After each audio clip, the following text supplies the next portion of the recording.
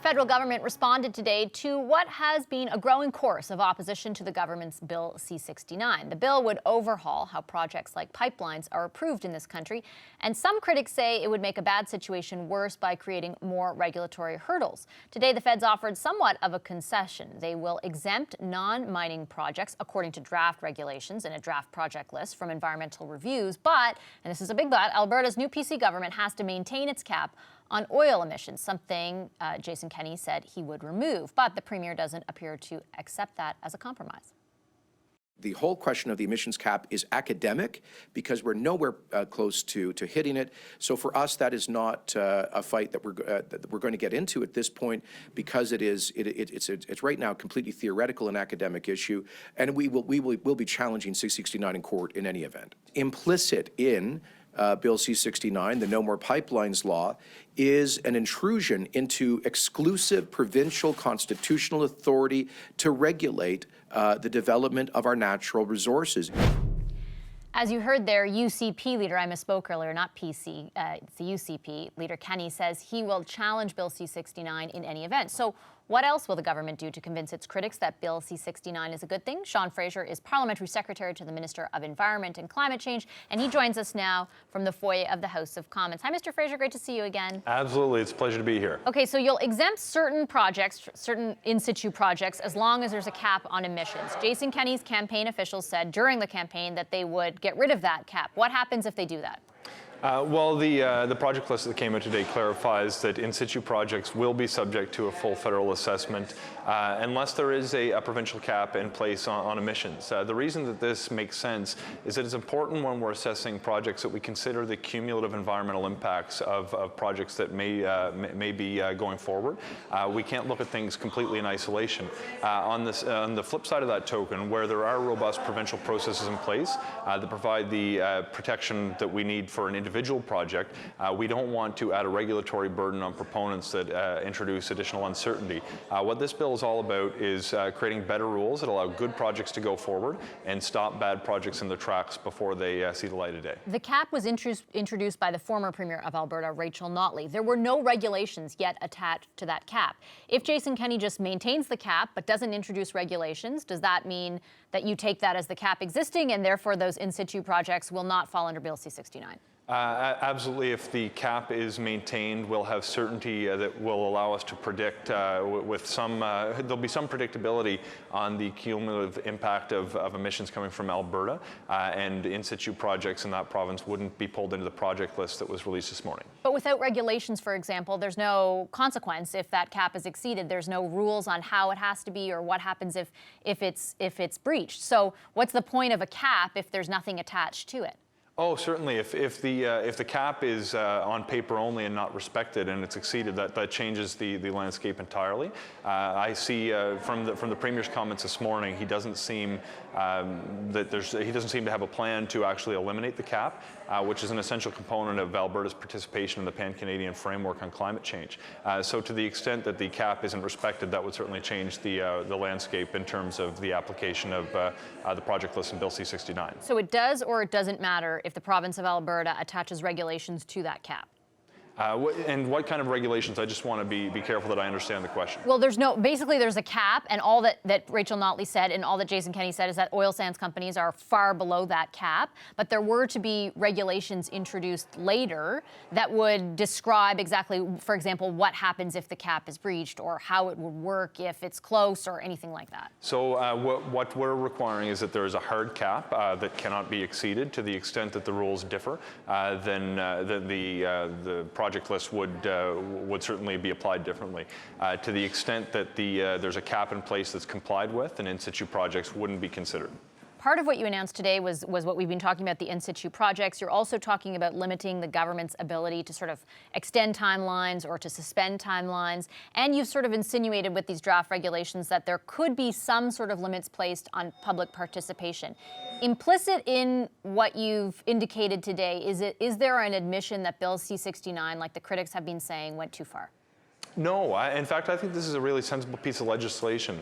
On the front end, and I've got a little bit of a background working on major construction and energy projects in my career before politics. And what you saw was the companies who put in the extra effort on the front end actually ended up taking in the different voices, adjusting their project as necessary to ensure that good projects could move forward with some predictability and less uncertainty further along the process. We've actually beefed up the public participation on the front end with the early planning phase, and we've given additional certainty to companies once that early planning phase is complete by saying this is going to be a 300-day process, and pulling out of the minister's the possible actions a minister could take, the ability to stop the clock unless it's for a reason such as the company requested or they changed the design of the project that would change the environmental impacts. But that's what with respect, that's what the industry had been asking for, right? They wanted more say in what members of the public could participate. They wanted more. They wanted the government and specifically the Minister of Environment to have less say in timelines. And that's what you've provided here. So on the timelines piece, we did provide extra certainty, which is going to help industry know that they can be making investments. But on the public participation side, and this is an essential point, we've significantly built up the ability of the public to participate before the project really goes forward with an assessment at all. At the very front end of a project, different organizations, Indigenous communities, and the public at large are going to be able to explain what their feedback is on a proposal before it's too far along in the process. This is actually going to enhance the ability of the public to have a say before a proposal is fully baked. And in my experience, those are the projects that have a better success rate and also are better able to bring the public along. But it's still a bit of a walk back compared to the initial bill that was sent to the Senate. Well, we wanted to make sure that we had an opportunity to consult broadly with the public, and what you saw on the project list today was a reflection of what it was that we heard.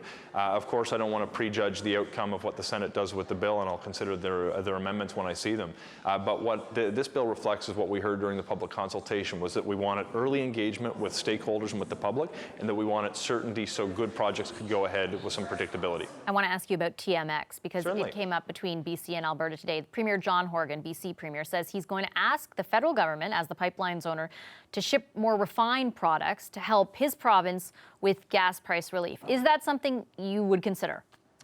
So with respect to the economic spat between Alberta and BC, I'll let them sort their own issues out. When it comes to the shipping of more refined products, if there's investors who want to start investing in refineries in Canada, that's terrific news. When it comes to the Trans Mountain project specifically, I actually think that the framework laid out in Bill C-69, had it been in place before TMX went through its own assessment process, would have provided a clearer, more predictable path that would better consider all the environmental impacts. Of course, it was subject to our interim principles that built upon the previous government's environmental assessment process, and now we're taking guidance from the federal court to make sure we move forward with that project, but doing it in the right way. Yeah, that's not the question, though. The question is, as owner of the pipeline, and my understanding is there are contracts anyway to ship bitumen through that pipeline, but he's asking the federal government to get involved as the owner of the pipeline and instead secure contracts so that more refined products can be shipped through there to ease gas prices in BC. We'll obviously look at whatever economic opportunities exist. We want to make sure that we're responsibly protecting the pocketbook of Canadian taxpayers. So to the extent that there are economic opportunities, we'd gladly consider them. I don't want to hypothetically suggest we'll take one contract or another, not having actually had the opportunity to see the details of any proposal. But to the extent proposals come forward with investments that would lead to more refining in Canada to create more Canadian jobs, something we'd obviously be interested in. All right. Thank you so much, Mr. Fraser. Appreciate your pleasure. time again. That's Parliamentary Secretary to the Minister of Environment, Sean Fraser from the House of Commons. Welcome back to Power and Politics and the Power Panel with David Ertel, Tim Powers, Kathleen Monk, and Chris Hall. We're sticking with the topic of oil and gas development and transportation. The federal government today unveiled a discussion paper that indicates some draft regulations as they pertain to their big environmental review bill, C-69. It would essentially overhaul the way big energy projects like pipelines are approved. Now, the regulations that they indicated today could result in some oil sands projects being exempted from environmental assessments if they're located in a jurisdiction that has a hard cap on emissions, like Alberta. David, I'm going to start with you because that subject has been obviously very political. During the campaign, officials on Jason Kenney's campaign said that they would lift the cap. Yesterday, he kind of walked that back. The cap is there. There are no regulations. Rachel Notley put the cap in, but there are no regulations associated with it. And Jason Kenney basically yesterday said, well, it's a cap. The companies are nowhere, the oil sands are not anywhere near reaching it. So we're not making any commitments to remove it, that kind of thing. How do you think this might play out? Well, I kind of not really understanding the move here by the government, because the federal government, because here you have this bill C-69, which is a massive overhaul in environmental assessment process. A lot of provinces, not only Alberta, a lot of provinces, Quebec, and several other provinces are really looking at this very closely, because this is really infringing on provinces' rights, especially environmental matters, because the environment was not in the Constitution in 1867. So this is a shared jurisdiction. And so right now, this bill forces provinces to do sometimes two major environmental impacts assessment on the same project. So there are a lot of issues there. And with this list now, I don't really understand what the federal Liberals are trying to do here, because the only province right now where the Liberals are still leading in the polls is Quebec. And the votes are going to be necessary there in the election if the Liberals have any hope of securing even a minority government. So the votes right now are leaking towards the NDP and the Bloc Québécois, which have firm environmental positions.